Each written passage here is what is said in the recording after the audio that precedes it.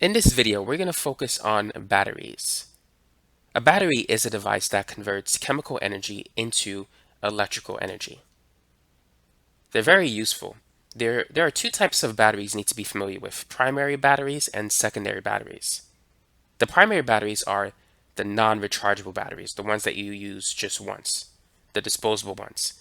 These include the alkaline batteries, the zinc carbon batteries, and then you have the secondary batteries, the rechargeable ones, which include like the lead acid, the lithium ion batteries. Now, each of these batteries have a positive terminal known as the cathode and a negative terminal known as an anode. Now, these electrodes are called such names when the battery is in discharge mode or when it's using its energy to power something. Now, this example is a D cell, which has a voltage of around 1.5 volts. Now, there's other types of batteries like the AA battery, the AAA battery, and let me show you a picture of these type of batteries in a moment. So chances are you're familiar with this battery, the AA battery. It generates 1.5 volts. And you've seen the AAA battery. But there's another battery that is even smaller than the AAA battery. That is the quadruple A battery, which also generates 1.5 volts. On the right, we have the C cell and the D size battery, which is pretty big. And they all generate 1.5 volts. So these are alkaline batteries, also known as primary batteries, which are not rechargeable but are meant to be used just once. Even though you could recharge them, they don't always recharge as well as rechargeable batteries. They don't return to their original state. So they're considered primary or non-rechargeable batteries. Next up, we have the LICB CR2032 battery, which is also known as a button cell battery. This battery generates a voltage of 3 volts, and it's used for low power applications like powering a watch or something. It doesn't really dish out a lot of current. So that's another type of battery that I'm pretty sure you've seen already. Next up, we have the 6-volt battery. On the left, we have the 28A Duracell battery, and on the right, we have a very large 6-volt alkaline Duracell battery, also known as a lantern battery. Now, this battery offers a very high capacity. It can hold a lot of energy because it's so big, and it's used to power flashlights and lanterns. Next is the 9-volt battery, which is very useful because of its small size but high voltage, but it doesn't dish out a lot of current compared to the high performance AA alkaline batteries. But nevertheless, this battery has a lot of applications, particularly in multimeters and small devices that require high voltage. Now, here we have the A23, or I guess you could say the 23A battery, and it's even smaller than a 9-volt battery, and it has a higher voltage, 12 volts, but it doesn't dish out a lot of current like the 9-volt battery. But this is another battery that perhaps you haven't seen before, maybe you have, but now you know it's out there, it's available. And so that's it for the different types of batteries. There are a lot of other ones, but I'm not going to go into that much detail. But let's talk about what we can do with batteries, how we can increase the voltage or even increase the amount of current that they can dish out. So let's draw a circuit. This is the electrical symbol of a battery, and we're going to draw a light bulb attached to it. So the longer side is the positive terminal of the battery.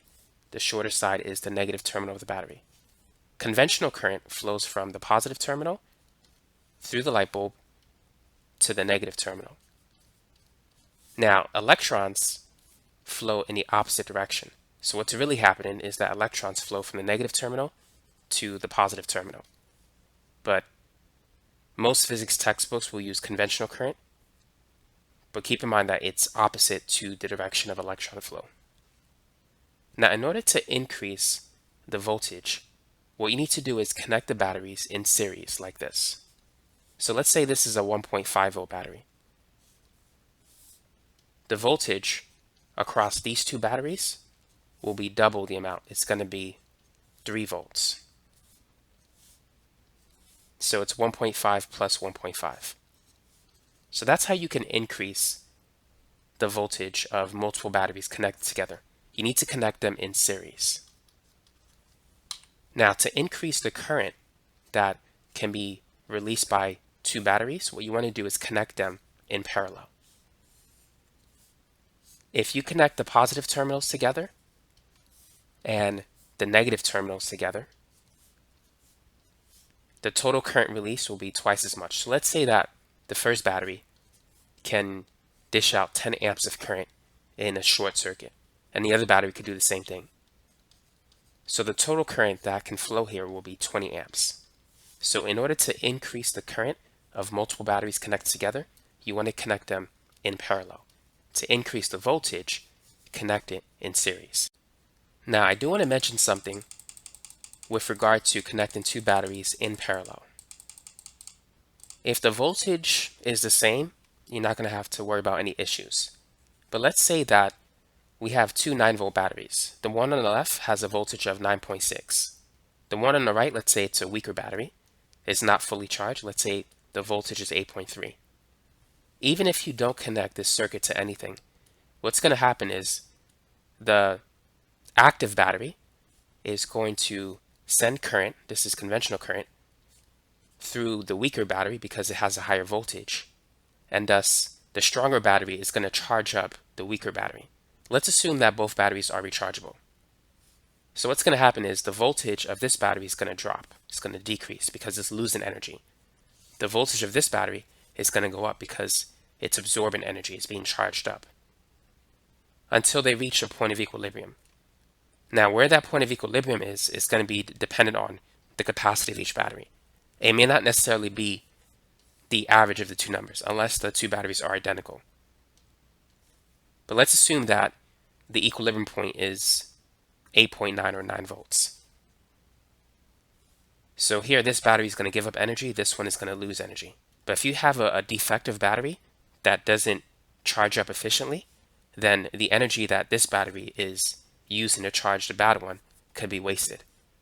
So just keep that in mind when connecting batteries in parallel. If you don't want this charging effect to occur, you can introduce two diodes to the circuit.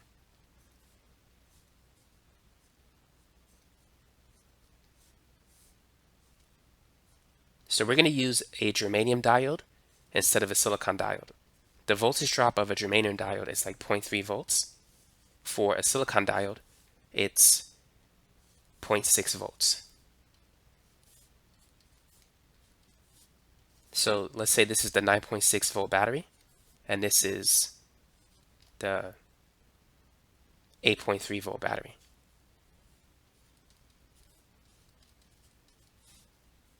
So let's say the ground has a potential of 0 volts. The voltage here will be 9.3. So what's going to happen is it's 9.6 minus 0.3. That's how I got 9.3. Current is going to flow from the 9.6 volt battery. A diode allows current to flow in one direction, that is through the diode, but not in the other direction. As current flows from the 9.6 volt battery, it won't be able to go through this diode, so it won't be able to charge the 8.3 volt battery. Instead, it can only flow through the external part of the circuit. So if we connect this to a resistor, the 9.6 volt battery will continue to discharge. The 8.3 volt battery will not be able to release its energy until the 9.6 volt battery reaches the same level as the 8.3 volt battery. So as the 9.6 volt battery releases its energy, its voltage is going to drop from 9.6 to 9.5 progressively. The more you use it, the more the voltage will drop. It's going to get lower and lower, 9.4, 9.3, 9.2. Eventually, it's going to reach 8.3. When it reaches the same voltage as the other battery will begin to release its current. And so both batteries will be active, releasing their energy to the external to the external circuit. But when one battery has a higher voltage than the one that's stronger is going to give away its energy. Now let's talk about why that's the case. The answer is that current flows from a high potential to a low potential. And that's why most physics books tend to use the flow of conventional current as opposed to electron flow. because it's easy to define current as flowing from a high potential to a low potential. The same way as a ball moves from a high position on top of a hill to a lower position to a valley, so to speak. So current always flows from a high potential to a low potential. So when this battery is at a voltage of 9.6, this point, which we can call point A, is 9.3. So notice that point A is at a higher potential than, let's call this point B. Current is not going to flow from B to A. It's not going to go from 8.3 to 9.3. And that's why this battery is inactive at this point. It doesn't have the energy needed to push the current through the diode to a high potential. Until the battery's voltage reaches 8.3, this becomes 8 volts. So point A will be at a potential of 8 volts, and now current will flow from the battery to point A.